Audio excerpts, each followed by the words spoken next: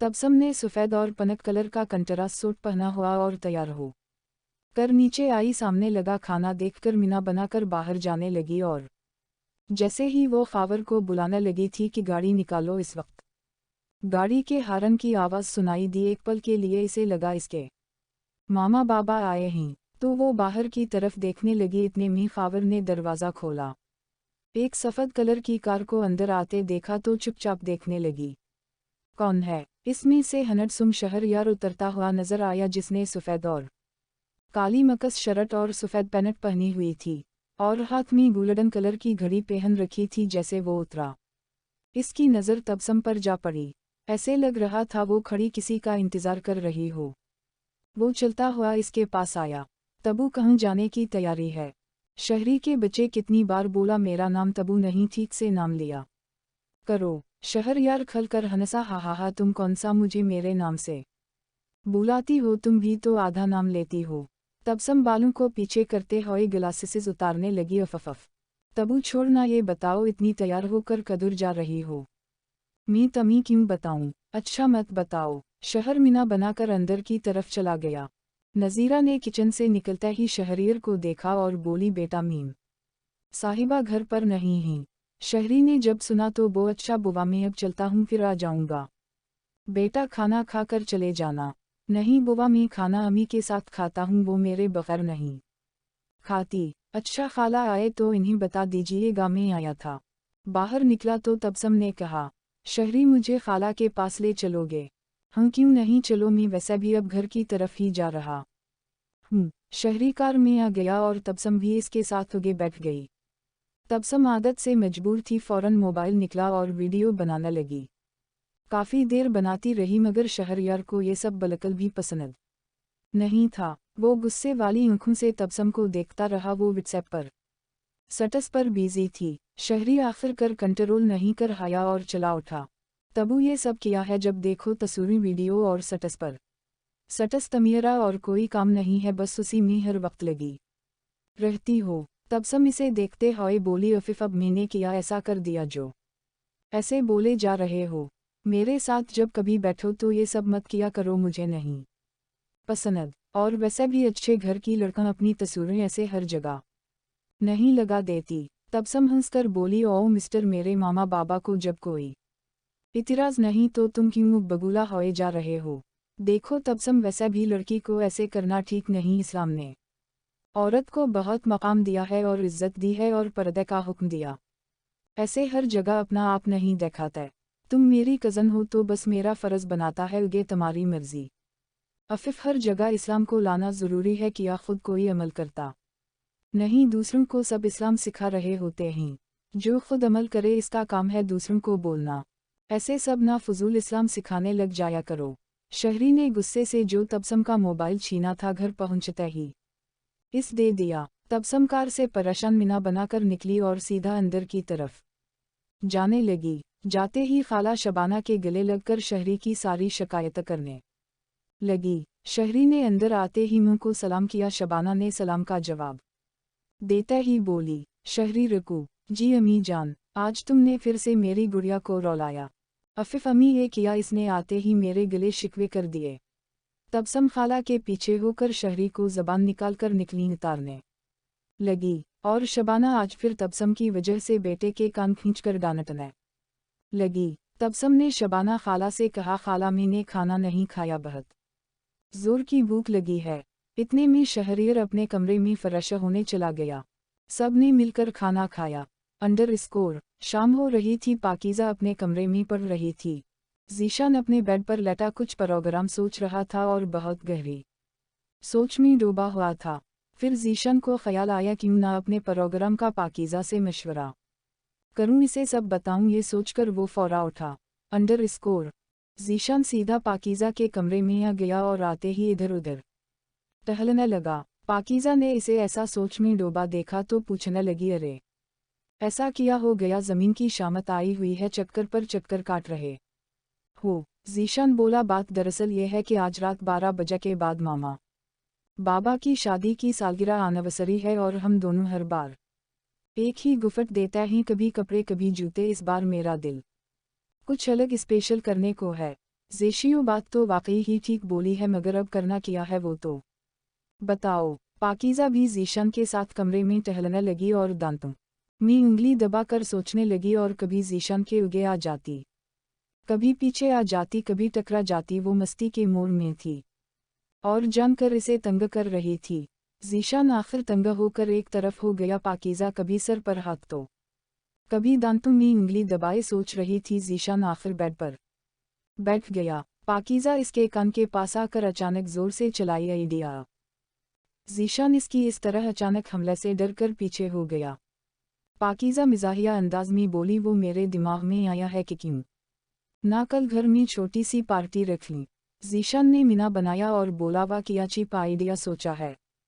पाकीज़ा मीना बनाकर बेड पर बैठ गई और फिर सोचकर चलाई आइडिया। ज़ीशान का अचानक दिल कांप गया और बोला, किया हो गया आराम से नहीं बोल सकती। वो भाई मेरे दिमाग में एक तरकीब आई है, क्यों ना हम सारा कुछ छत पर सजाकर फिर इनकी आंखें बंद करके ले जाएं और सरप्राइज करें। ज़ीशान सुनकर सर पकड़कर बैठ गया। आओ मेरी माँ, अब बस करो, सोचना नहीं तो तुम्हारे आइडिया से मैंने पागल हो जाना है।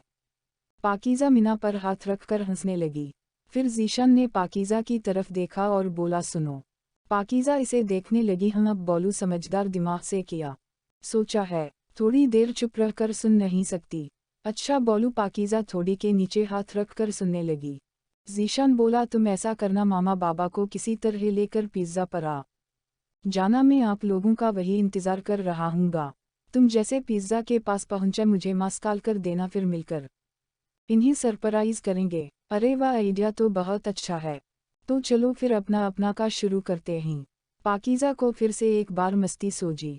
ज़ीशान जैसे ही आठकर खड़ा हुआ, पाकीज़ा एकदम आठकर इसके आगे आ गई और मासूम शक्ल बनाकर मीना में उंगली दबाकर बोली, भाई मेरे पास तो कोई अच्छे कपड़े नहीं, तो मैं कैसे आऊँ गी। ज़ीशान सर पर हाथ मारते हुए बोला, आओ मेरी मुँह जो भी पहनूं गी बहुत अच्छी लगूगी, क्योंकि तुम हो ही बहुत प्यारी। ज़ीशान को आज पूरी तरह लग रहा था कि ये आज इसे पागल करके छोड़ेगी, तो इसने आफियत उसी में जानी कि यहाँ से फौरन निकला जाए, और वो एकदम से भागकर बाहर निकल गया। पाकीज़ा अपने कमरे से किताबें समेटने लगी और दिल ही दिल में बहुत हंसती रही। इसे भाई को तंग करके मज़ा आता था और साथ सोचती रही, मामा बाबा को क्या बोल के ले जाऊं, कैसे तैयार करूं। इन्हें पता नहीं मानेंगे भी कि नहीं। इस तरह के बहुत सारे सवाल इसके ज़हन में आ रहे थे। और फिर किताबें समेटकर बाहर निकली और सीढ़ियाँ उतरती हुई सीधी मामा बाबा के कमरे का दरवाज़ा बजाने लगी। अंदर से आवाज़ आई, कौन है भाई, अंदर आ जाओ। पाकीज़ा इनके कमरे में दाखिल हुई और मासूम सा चेहरा बनाकर बेड पर जा बैठी। इसके बाबा ने ऐसे इसको देखा तो पूछने लगे, क्या बात है बेटा, कोई बात है तो बताओ। वो बाबा, हाँ बोलूँ मेरी शहजादी बेटी। बाबा मुझे अभी बाहर जाना है घूमने। लेकिन बेटा आज ऐसा क्या हो गया, कोई ख़ास बात है क्या। नहीं बस मुझे दिल चाह रहा है जाने को। अच्छा ऐसा करो, ज़ीशान से बोलूँ वो तमी ले जाएगा। मैंने पहले उसी से बोला था, वो तैयार भी हुआ मगर किया इसके दोस्तों की कॉल आ गई और वो वहाँ चला गया। अच्छा मैं गल खान से बोलता हूँ वो तमी ले जाए, क्योंकि मेरा बिल्कुल भी बाहर जाने को दिल नहीं कर रहा। बाबा मैं कितनी बुरी हूँ ना, भाई भी नहीं ले गया, आप भी नहीं ले कर जा रहे। मैं नहीं बोलती अब किसी से, सबसे नाराज़ हूँ। पाकीज़ा को पता था बाबा इसे ऐसे नाराज़ नहीं होने देंगे। वो मीना बनाकर कमरे से बाहर की तरफ जाने लगी। तब जमीला खादिम हसीन को देखकर बोली, क्या हो गया है, ले जाएं ना। पहले कभी नहीं बोली, आज शायद पढ़कर बोर हो गई है, थक गई है, ज़रा फरेश हो जाएगी। फिर खादिम हसीन ने पाकीज़ा को आवाज़ देकर रोका, बात सुनो बेटा। पाकीज़ा के दिल में लड्डू फूट पड़ा कि अब बात बन गई और मीना मोड़ कर पीछे देखा। जी बाबा, ओके मैं लेकर चलता हूँ, जल्दी से तैयार होके आ जाओ। पाकीज़ा बहुत खुश हुई और बोली, मामा आप भी साथ चलें, ताज़ा हुआ ही खा लें। नहीं बेटा मेरा कोई मोड़ नहीं, तुम दोनों जाओ, घूम कर आ जाओ। नहीं मामा आप सारा दिन अंदर घुसी रहती हैं, इसी बहाने आप भी बाहर की ताज़ा हवा खा लेना। पाकीज़ा ने फिर से जिद की, अगर आप नहीं जाओगी तो मैं भी नहीं जा रही, मुझे अकेले मज़ा नहीं आएगा। बाबा आप बोली ना मामा को। खादिम हसीन ने जमीला को देखा, अरे बेगम चलो ना, बेटी की बात सुन लो, मेरी शहजादी का मूड ऑफ नहीं करो। अच्छा मेरी जिद्दी बच्ची चलती हूँ मैं भी। पाकीज़ा ने खुश होकर अपने बाबा को प्यार किया और बोली बाबा आज मैं बहुत कुछ खाऊंगी। अच्छा जो दिल हो खा लेना, अगर शॉपिंग दिल हुआ वहाँ भी चलेंगे। पाकीज़ा ने कहा अच्छा मैं तैयार होकर आती हूँ। जैसे ही कमरे से निकली मुट्ठी बंद करके बोली या हो वो। यस।